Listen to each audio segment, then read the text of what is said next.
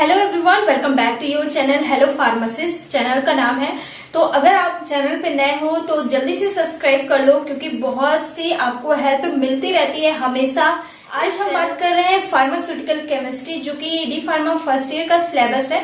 उनमें से जो इम्पोर्टेंट क्वेश्चंस हैं, एग्जाम हो चुके हैं, उन स्टेट से मैंने एक बच्चे से मेल से मंगवाया है क्वेश्चन पेपर, तो उस बच्चे ने भेज दिया। उसका बहुत ही धन्यवाद कि भेज दिया, जिससे आप लोगों की बहुत ही अच्छी हेल्प हो जाएगी। आप लोगों को पता चल पाएगा कि हाँ किस टाइप से क्वेश्चंस एग्जाम में इस बार आ रहे हैं, जो कि न्यू सिलेबस है 2023 का। ठीक है, तो यहाँ पे बात कर रहे हैं हम लोग की फार्मास्यूटिकल केमिस्ट्री के मोस्ट इम्पोर्टेंट क्वेश्चंस और उनके आंसर्स आपको कैसे मिलेंगे, ये भी इस वीडियो में डिस्कस करेंगे। और अगर आपको कोई भी कंफ्यूजन है केमिस्ट्री से रिलेटेड, तो आपको सभी के सॉल्यूशन मिलेंगे हमारे चैनल पे। और अगर आपको लगता है कि आपने अभी तक कुछ नहीं पढ़ा हुआ है, हमारा एग्जाम आने वाला है, हमारा एग्जाम आ गया है, अब क्या कर सकते हैं, नहीं मिला अगर आपको पढ़ाई का टाइम, या कोई और कोर्स या कुछ और की तैयारी कर रहे थे, तो अगर आपको टाइम नहीं मिला है एग्जाम की तैयारी करने के लिए, तो अगर आप इस वीडियो को ध्यान से देखोगे तो आपको बहुत ही ज्यादा एग्जाम में हेल्प मिलने वाली है। क्योंकि यहाँ पे मैं जो क्वेश्चन पेपर 2023 का आया हुआ है वही डिस्कस करूंगी, तो आपके लिए ऑब्वियसली हेल्पफुल तो रहेगा ही ना। तो वीडियो को ध्यान से देखना है। अगर आपका कोई दोस्त हो, फ्रेंड हो, बेस्ट वाला, तो उसके पास जरूर शेयर कर देना। बस इतनी सी हमारी रिक्वेस्ट है। और मैं आप लोगों को एकदम भाई बहन की तरह पढ़ाती हूँ, कोई टीचर की तरह नहीं कि आपको अगर कुछ भी प्रॉब्लम हो रही हो तो हमेशा आपकी बड़ी दी की तरह एकदम हमेशा साथ हो। और अगर कोई भी डाउट रहना है तो कमेंट ना, वीडियो को ध्यान से देखिएगा, सब कुछ अच्छे से समझ में आ जाएगा। ये रहा क्वेश्चन पेपर फार्मास्यूटिकल केमिस्ट्री का, और ये अकॉर्डिंग टू न्यू सिलेबस का है। और यहाँ पे आपको ये भी क्लियर पता चल जाएगा कि कौन से क्वेश्चन कितने नंबर के पूछे जा रहे हैं। ठीक है, तो यहाँ पे सबसे पहले आपको लॉन्ग क्वेश्चन देखने को मिल रहा है। तो यहाँ पे एक्सप्लेन करना है नॉन स्टेरॉयडल एंटी इन्फ्लामेटरी जो ड्रग्स हैं उनके बारे में बताना है, बहुत ही ज़्यादा इंपॉर्टेंट है। Non steroidal anti inflammatory drug के बारे में, जो कि बहुत ही इम्पोर्टेंट है, ज्यादा बार रिपीटेड क्वेश्चन है, तो इसे जरूर ध्यान से देखिए और अपने कॉपी में ड्रॉ करिए, लिखिए बार बार। ओके, तो non steroidal anti inflammatory drugs, जो कि ये औषधियाँ सूजन और सूजन में होने वाले दर्द का निवारण है। Pain rising from inflation, inflation मतलब किसी गर्म चीज से, ठीक, पेन होता है, सूजन हो जाती है, तो इसके लिए ये निवारण करता है non steroidal anti inflammatory drugs. ठीक है, अब इन औषधियों में तापनाशक तथा दर्द निवारक गुण होता है। तापनाशक जैसे मैंने बताया था कि इन्फ्लामेटरी की कुछ गर्म या गर्म टेम्परेचर, हाई टेम्परेचर से रिलेटेड ही होता है। तो एंटीपायरेटिक एनालिसिस एंड प्रॉपर्टीज भी होते हैं। तो एंटीपायरेटिक्स का मतलब ही होता है temperature in which high temperature होता है। ठीक है, टेम्परेचर हाई होगा, गर्म होगा, तो क्या हो जाता है, ये औषधियाँ उनमें काम करती हैं, क्योंकि उससे हाई टेम्परेचर से सूजन, दर्द होने लगता है मांसपेशियों में, तो इसलिए ये बहुत ही उपयोगी है। सामान्यतः इन लक्षणों की रोकथाम के लिए ग्लूकोकॉर्टाइड औषधियाँ जैसे हाइड्रोकॉर्टाइजोन तथा टीजोन औषधि उपयोग में ली जाती हैं, परंतु ये औषधियाँ शरीर में दुष्प्रभाव, साइड इफेक्ट उत्पन्न करती हैं। जो ये हाइड्रोक्रोटासाइन एंड कोर्टासाइन जो है वो साइड इफेक्ट उत्पन्न करती है, इसलिए इनको ज्यादातर मनाही रहती है, रोक रहता है कि इसे ज्यादातर कोई ना ले। जबकि स्टेरॉइड रहित जो नॉन स्टेरॉयडल है, ये स्टेरॉयडल हैं, इसलिए साइड इफेक्ट करती हैं, इसलिए नॉन स्टेरॉयडल जो होती हैं वो नाशक औषधियाँ साइड इफेक्ट कम करती हैं, नहीं करती हैं, तो इसलिए ये लिया जाता है सूजन वगैरह में। ठीक है, दुष्प्रभाव, उसके साइड इफेक्ट जो होते हैं गंभीर नहीं होते हैं। तो इन औषधियों का प्रयोग कहाँ लिया जाता है, आर्टरीज कंडीशन में लिया जाता है। आर्टरीज मतलब जोड़ों की सूजन में। ठीक है, जोड़ होता है, आर्टरीज का मतलब मीन्स ही होता है कि जोड़ों से संबंधित, और गठिया मतलब फ्यूरोमाटिस, लुपिस इरिथोमाटस में, तथा एंकिलाइजिंग स्पॉन्डिलाइटिस, ठीक, जैसे रोगों में औषधि का प्रभाव ओपाइड एनालिसिस की तुलना में कम होता है।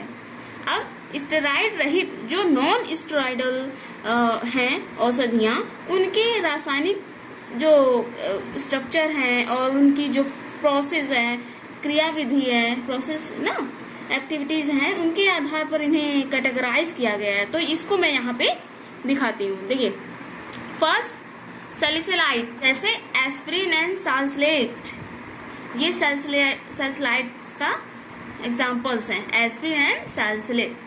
Second, acetic acid derivatives, acetic acid derivatives जो होते हैं indomethacin and diclofenac टोलमेटिन।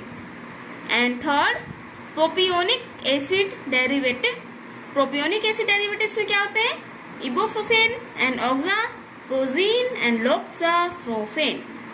Fourth, fenamic acid derivative, mefenamic acid, meclofenamic acid, ठीक। And fifth, sulphonamide is a very important structure and types and its property. So इसको separate तरीके से आपको पढ़ना जरूरी है, sulphonamides, इमिसुलेट्स, okay. Six, enolic acid derivatives, piroxy है, oxicam, डोक्सीकैम, पायरोक्सीकैम, ऑक्सीकैम, डोरोक्सीकैम, ऐसे। तो मैं फिर से इसको रिपीट करती हूँ, इसको देखिए। इनोलिक एसिड डेरिवेटिव्स, पायरोक्सीकैम, ऑक्सीकैम एंड डोक्सीकैम, ठीक। इंडोमिथासिन, ये है स्ट्रक्चर, केमिकल स्ट्रक्चर बताने चाह रहे हैं, इसको मैंने खुद ब खुद ड्रॉ किया। तो ज्यादा से ज्यादा बार आप ऐसे ड्रॉ करेंगे तो बहुत ही ज्यादा अच्छा रहेगा और आपको लर्न हो जाएगा, ठीक। अब इसको हटाते हैं और देखते हैं इसको। ये CH3O मतलब एसीटोन वाला group, and benzene, pentabenzene ethanoic acid वाला, ठीक, मिथाइल CH3 एंड CO, और फिर उसके बाद बेंजिल वाला C क्लोराइड लग के बेंजीन को, ठीक है। तो ये स्ट्रक्चर पूरा बनता है। अब इसका देखते हैं ट्रेड नेम है इनासिन, इंडोसाइड एंड इंडासिन एंड एमिनो। अब इसकी फिजिकल प्रॉपर्टीज वो होती हैं जो अपीयरेंस है, ठीक। अपीयरेंस को फिजिकल प्रॉपर्टीज कहते हैं। ये सफेद या अथवा पीले रंग का गंधहीन है, मतलब कि फेवरलेस है, ठीक। इसकी जो स्मेल है वो नहीं आती है। तो ये व्हाइट होता है और येलो कलर का होता है, ठीक। क्रिस्टलिन पाउडर है। इसके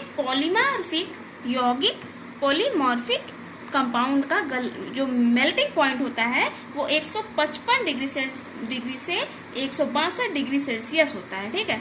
अब रासायनिक गुण, इसके केमिकल प्रॉपर्टीज मतलब रिएक्शन करता है, जिसमें जैसे कि वाटर में पड़ा तो क्या रिएक्शन किया, क्या नया चेंजमेंट हुआ, तो उसे केमिकल प्रॉपर्टीज कहते हैं। अब यह जल में अघुलनशील, इनसॉल्यूबल तथा ईथर, क्लोरोफॉर्म एंड अल्कोहल में यह सॉल्यूबल होती है। यह उदासीन तथा लाइट माध्यम से हल्के माध्यम में स्थिर है।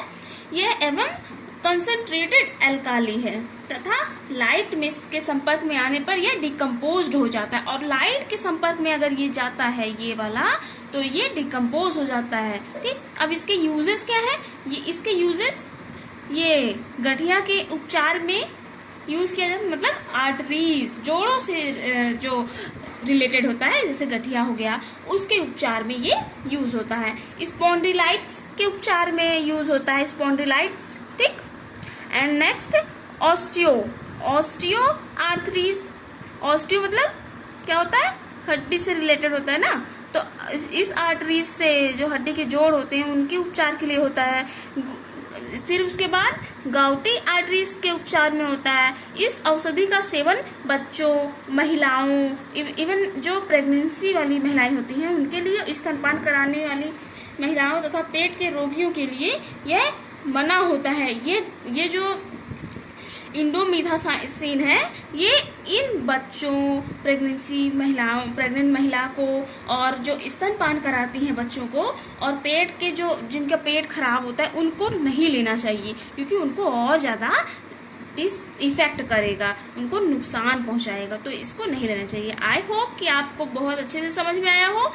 तो फिर यही वीडियो एंड करते हैं और ज़्यादा से ज़्यादा बार रिपीट करिए, पढ़िए और आपको लर्न हो जाएगा।